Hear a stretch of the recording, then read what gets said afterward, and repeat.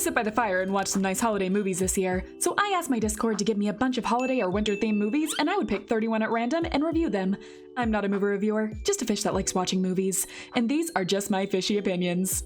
And next up is, yes, we really are going to review all 3 of them. You know, I went into this movie thinking it was going to be really bad, but I actually had a lot of fun watching it. Is it good? No, not really. But is it bad?